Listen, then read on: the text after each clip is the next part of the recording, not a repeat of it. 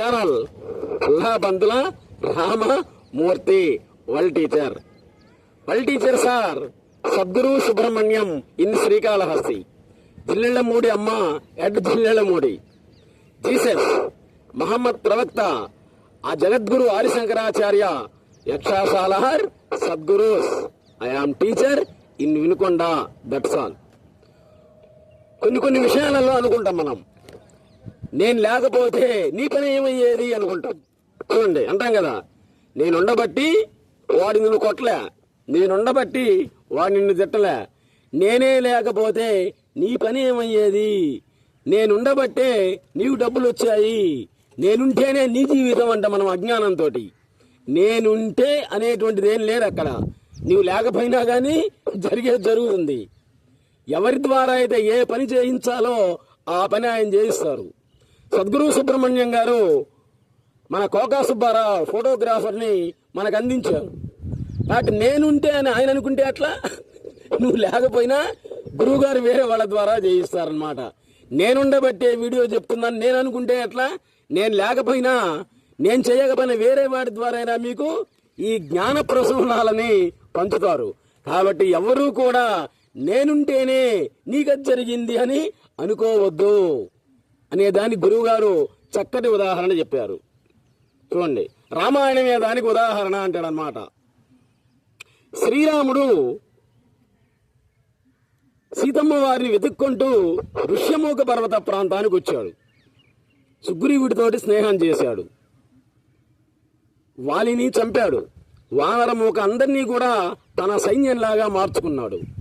అప్పుడు వచ్చారు రామలక్ష్మణులు. వాళ్ళని ముందు ఎవ్వరూ నమ్మలే, ఎందుకంటే అది చూడటానికి విచిత్రంగా ఉన్నారన్నమాట. ఎర్రగా ఉన్నారా, తెల్లగా ఉన్నారా, నల్లగా ఉన్నారా అంటే అన్ని రంగులు కలిపి ఉన్నారు. నీలమేఘశ్యాములు ఇద్దరు ఒకే విధంగా ఉన్నారు, రామలక్ష్మణులు ఇద్దరు. అందుకని భయపడ్డారు. రాక్షసులు ఎవరైనా కానీ వచ్చారేమో అని భయపడ్డాడు. కానీ ఒక్క హనుమంతుడే దూరంగా వెళ్ళి కూర్చున్నాడు అన్నమాట చెట్టు కింద. ఆ హనుమంతుడు చెప్పాడు, వచ్చినటువంటి వాళ్ళని నమ్మొచ్చు మనం. చూడండి, ఎవరు చెప్పలేకపోయారు. మనస్సులో ఉన్నటువంటి భావాన్ని కనిపెట్టేటువంటి వాడు హనుమంతుడు. ఆయన మహాజ్ఞాని అని నవవ్యాకరణ పండితుడు హనుమంతుడు. మనస్సులో ఉన్నటువంటి భావాన్ని చెప్పకుండానే గమనించేటువంటి వాడు. కాబట్టి రామలక్ష్మణులని మనం ఆశ్రయం ఇవ్వచ్చు అని చెప్పినటువంటి మొట్టమొదటి వాడు ఎవరు అంటే మరణం లేనటువంటి హనుమంతుడే అనటంలో సందేహమే లేదు. సీతాదేవిని తీసుకుపోయాడు రావణాసురుడు. అశోకవనంలో, లంకానగరంలో అశోకవనం క్రింద ఉంచాడు. చుట్టూ కాపలా పెట్టాడు రాక్షస స్త్రీలని. వాళ్ళల్లో త్రిజట అనేటువంటి ఒక ఆమె అమ్మవారితో, సీతమ్మ వారితో చెప్పింది, అమ్మా నువ్వు బాధపడొద్దు, నువ్వు ఏడవద్దు, నాకు అర్ధరాత్రి పూట రాత్రి ఒక కల వచ్చింది. ఆ కల ఏంటి అంటే ఒక కోతి పిల్ల వచ్చింది లంకానగరానికి. అది లంకానగరం మొత్తం కూడా తగలబెట్టింది. రావణాసుడి యొక్క సింహాసనం నేలవాలిపోయింది. రావణ మరణం జరిగింది. ఎప్పుడైనా నీ భర్త శ్రీరాముడు వచ్చి నిన్ను తీసుకుపోయినట్లుగా లంకానగరం మొత్తం సముద్ర గర్భంలో కూరుకుపోయినట్టుగా నా కల వచ్చిందమ్మా అని చెప్పింది ఆమె సీతమ్మ వారిని. ఆ సమయానికే హనుమంతుడు వానర రూపంతో చిన్న కోతి పిల్లలాగా తయారై ఏ చెట్టు కింద అయితే అమ్మవారిందో ఆ చెట్టు మీద కూర్చొనున్నాడు ఆయన. చూడండి, ఆ సమయానికే వచ్చాడు. ఎవరు రావాలో వాడే వచ్చాడు రావణాసురుడు. ఎలా వచ్చాడు? ఒక పెద్ద కత్తి తీసుకొని వచ్చాడు అనమాట. అమ్మవారిని చంపడానికి వచ్చాడు. అప్పుడు అనుకున్నాడు హనుమంతుడు, నేనుండబట్టి కదా సరిపోయింది, వీడి చేతిలో ఉన్నటువంటి కత్తి తీసుకొని వీడినే చంపేయాలి అని అనుకున్నాడు. నేనుండబట్టే అని పాపం ఆయన దిగి ఆ కత్తి తీసుకోవాలి అనుకుంటున్నాడు అనమాట. ఈలోపు రావణాసురుడు భార్య మండోదరి ఆమె వచ్చేం చేసింది, చెయ్యి పట్టుకొని ఆపింది. అప్పుడు అనుకున్నాడు హనుమంతుడు, నా అజ్ఞానం ఇదంతా కూడా నేనుండబట్టే కదా. చూడండి, నేనుండబట్టే కదా అనుకున్నా, కానీ శ్రీరామచంద్రుడు ఎవరి ద్వారా ఏ పని చేయించాలో అది ఆయనకు తెలుసు. చూడండి, ఆయన భార్య ద్వారానే ఆపిచ్చాడు. సీత యొక్క మరణాన్ని ఆ మండోదరి ద్వారా ఆపిచ్చాడు. కాబట్టి నేను అనేటువంటిది ఏమీ లేదు అని ఆశ్చర్యపోయాడు. కానీ నేను లేకపోయినా కానీ ఇక్కడ జరుగుతుంది అనుకున్నాడు. రాముడే మండోదరికి సీతా రక్షణ బాధ్యతను అప్పగించాడు అని ఆశ్చర్యపోయాడు. త్రిజటా జటాభూత్, త్రిజట అనేటువంటిది అక్కడ ఆధారమయ్యింది అని చెప్తాడు. ఇంకొక విషయంలో ఆయన అనుకున్నాడు, రాముడు ఏం చెప్పాడు ఆయనకు, సీతమ్మ వారిని చూసి రావయ్యా అని చెప్పాడు అంతే. లంకా నగరాన్ని కాల్చమని చెప్పాడా? ఎక్కడా కూడా చెప్పడా. కానీ ఆయన ధర్మ సందేహంలో పడ్డాడు. ఈయనకు వచ్చిన కళ ఏంటి, లంకా నగరం తగలబడిపోయినట్లు వచ్చిందనమాట. మరి ఎలా ఇప్పుడు అనుకుంటున్నాడు. ఈలోపై ఏమైంది, ఆ చెట్టు నుంచి దూకింది కిందికి కోతి, మొత్తం నాశనం చేస్తూ ఉండి లంకా నగరాన్ని. అప్పుడు రాజభటులందరూ పోయి చెప్పారు ఆయన తోటి, మహారాజుతో, రావణాసురుడితోటి, కోతి వచ్చింది అని అన్నాడు అనమాట. వెంటనే చంపేయండిరా అన్నాడు. ముందు అందరూ వస్తున్నారు ఈయన చంపడానికి హనుమంతుణ్ణి. ఏమనలే, ఈయన మెల్లకుండా చేతులు కట్టుకొని కూర్చున్నాడు అనమాట. వాళ్ళని ఏమనలే రాక్షసుల్ని. అప్పుడు మళ్ళీ ఆశ్చర్యపోయాడు, ఏం చేయాలి ఇప్పుడు, వీళ్ళేమో చంపడానికి వస్తున్నారు. ఆయన ఏం చెప్పాడు, రాముడు అమ్మవారిని చూసొచ్చి చెప్పవయ్యా అని చెప్పాడు. ఇప్పుడేం చెయ్యాలి అనుకున్నాడు. చూడండి విచిత్రం, ఏ జరగాల జరుగుతుందన్నమాట. రావణాసురుడి యొక్క సొంతం తమ్ముడే విభీషణుడు. ఆ విభీషణుడు వచ్చాడు, వాళ్ళన్నతో చెప్పాడు, అన్నా దూతో నవధ్య, వచ్చినటువంటి వాడు దూత కాబట్టి దూతను ఎప్పుడు కూడా చంపకూడదు, అది మహాపాపం, లంకా నగరానికే మహాపాపం అని చెప్పాడు. రావణాసురుడు కూడా సామాన్యుడు కాదు, ఆయన ధర్మ సందేహంలో పడ్డాడు. సరే ఇప్పుడేం చెయ్యాలి, నిజమే ఆయన చెప్పింది, దూతను చంపకూడదు. కాబట్టి ఒక పని చేయండి, ఈ దూతని చంపొద్దు కానీ కోతులకి తోక అంటే ఇష్టం, వాటి తోకను అవే ముద్దు పెట్టుకుంటుంటాయి. చూడండి, వాటి తోకను అదే నేలకేసి కొట్టుకుంటుంది, ఆనందపడుతుంది. కాబట్టి కోతులకి తోక అంటే ఇష్టం కాబట్టి ఆ తోకకి గుడ్డలు చుట్టి ఆయిల్ పోసి తగలబెట్టమన్నాడు. అప్పుడు అనుకున్నాడు హనుమంతుడు, చూడండి శ్రీరాముడు సీతను చూసి రమ్మని నేను లంకానగరం తగలబెట్టమని చెప్పలే, కానీ ఇప్పుడు లంకానగరాన్ని ఎవడు తగలబెట్టుకునేది, వాడే తగలబెట్టుకుంటున్నాడు. నిజానికి నేను తగలబెట్టాలంటే గుడ్డలు ఎక్కడ తేవాలి, నూనె బాటిల్ ఎక్కడ తేవాలి, అగ్గిపెట్టి ఎక్కడ తేవాలి, ఎంత అయ్యే పని ఇప్పుడు.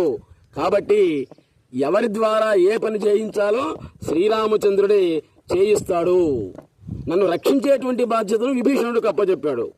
లంకా నగరాన్ని తగలబెట్టేటువంటి బాధ్యత ఎవరికి చెప్పాడు, వాడికి, రావణాసుడికి అప్పచెప్పాడు. కాబట్టి నేను లేకపోతే ఏది జరగదు, అది జరగాల్సింది ఎట్లాగో జరుగుతుంది.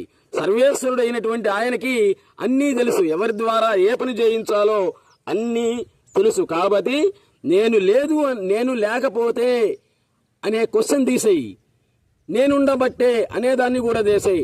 నీ ఉన్నా లేకపోయినా కానీ జరిగేది ఎట్లాగూ జరుగుతూనే ఉంటుంది అనేటువంటి దాన్ని రామాయణ మహావాక్యాలని సద్గురు సుబ్రహ్మణ్యం గారు సత్సంగత్యంలో వివరించి చెప్పారు. కాబట్టి ఎవరు కూడా నేను లేకపోతే అనుకోవద్దు, జరిగేది ఎట్లాగూ జరుగుతుంది అని చెప్పారు.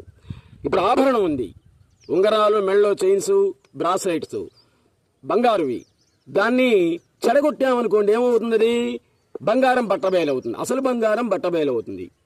అహంకారాన్ని వదిలితే అహం స్వరూపమే బట్టబయలవుతుంది. శరీర భావన వదిలేస్తే అసలు నేను అనేటువంటిది అది బయటకు వస్తుంది. నీవే సకలానికి కర్తవు, హర్తవి, భోక్తవి, ఇదే సద్గురు యొక్క హృదయం అనేటువంటిది అవుతుంది. తాను పుట్టినప్పటి నుండి ఇప్పటి వరకు గల కాలాన్ని తన వయస్సుగా చెప్పుకుంటాం. ఇంతవరకు అందే కదా, 5/5/69లో పుట్టావు కాబట్టి ఇప్పుడేని 2025, ఇంతవరకు ఈ రోజు ఉన్నటువంటి డేట్ని ఆ రోజు ఉన్న డేట్ సరిచేసి నా వయస్సు ఇంత అని మనం నిర్ధారించుకుంటాం. తాను పుట్టినటువంటి 2 ఏళ్లకే తర్వాతనే నేనున్నాను అనే ఎరుక కలుగుతుంది సామాన్యుడికి. ఆ ఎరుక కనపడినప్పటి నుండే తన వయస్సును లెక్క వేయాలి అంటారు సద్గురు సుబ్రహ్మణ్యం గారు. అందుకే ఈ సృష్టి వయస్సు నీ వయస్సు కంటే కూడా 2 ఏళ్ళు తక్కువే, ఎక్కువ కాదు అని అంటారు.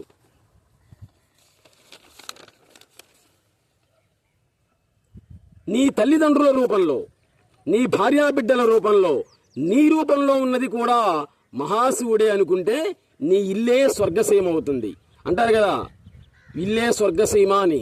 ఎప్పుడు నీ ఇల్లు స్వర్గసీమ అయ్యేది, నీ ఇంట్లో ఉండేటువంటి ప్రతి వస్తువు కూడా భగవన్ నిర్మితాలే.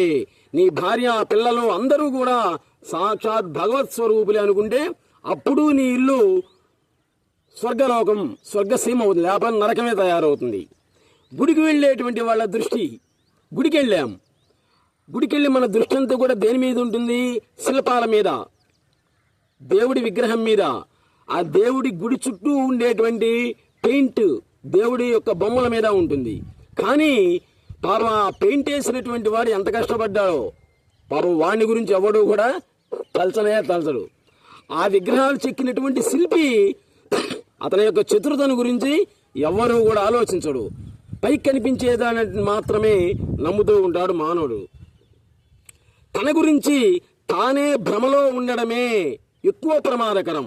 ఇది నిన్ను గురించి నీవు భ్రమలో ఉన్నదే అదే, అంతకంటే ప్రమాదం అనేది లేదు. ధ్యాసే ధ్యానం, మరుపే మరణం. నీ దృష్టిని బట్టే ఈ సృష్టి అనేటువంటిది ఉంటుంది. Please subscribe our channel Ullapantula Ramamurthy.